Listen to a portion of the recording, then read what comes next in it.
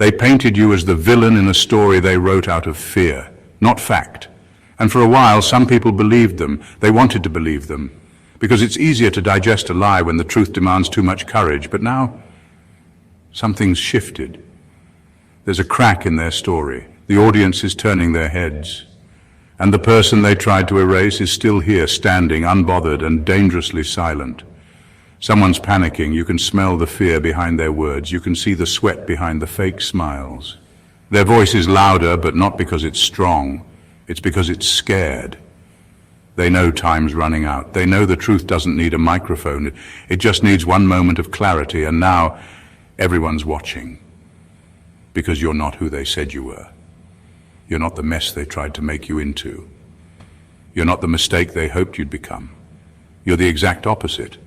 And now the world is finally seeing what they tried to hide, not because you argued, not because you begged, not because you defended yourself, but because truth is patient and panic is not. So stay here, don't blink, don't look away, because the lies are unraveling in real time. The one who threw stones is suddenly choking on dust. The script is flipping, and this time it's not fiction.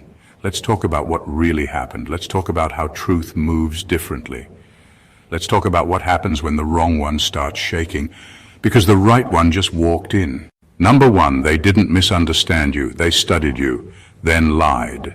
They didn't get you wrong. They knew exactly who you were.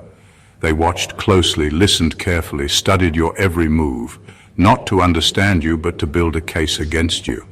Not because you were dangerous, but because you were undeniable. The truth is, they saw something in you that they couldn't control. And instead of dealing with their own insecurity, they decided to twist your image before you had a chance to be seen for who you really are. This wasn't a misunderstanding. This was strategy, calculated, cold, intentional. They lied because the truth was a threat. And that threat wasn't that you were doing something wrong. It was that you were doing something right. You were rising, you were focused, you were clear. And nothing is more dangerous to a person who builds their power on illusions than someone who shows up with something real. So they rewrote your character, repackaged your strength as arrogance, your boundaries as bitterness, your silence as guilt. And for a while it worked. People side-eyed you, questioned your name, whispered, watched. And you had to carry the weight of a lie that wasn't even yours. But here's the part they didn't expect. You never needed to clap back. You just kept being who you are. You didn't match their energy because you weren't trying to win a game that was built on manipulation. You knew the truth had its own timing. You knew that when people lie long enough, they start to forget what they said. But you never had to keep track of a script. Now the mask is slipping. The stories aren't adding up. And people are finally noticing what you've known all along. They weren't confused, they were scared. And they thought if they buried your name deep enough under false accusations and gossip, you'd disappear. But you didn't. You stood quietly, steadily, and now their panic is loud enough for everyone to hear. Number two, their panic is a confession. Pay attention. When someone starts panicking, pay attention. That's not just stress, that's a silent confession. They might not admit it with words, but their behavior is screaming the truth. The twitch in their voice, the sudden urge to explain things no one asked about, the overcompensation, the shift in tone, it's all evidence.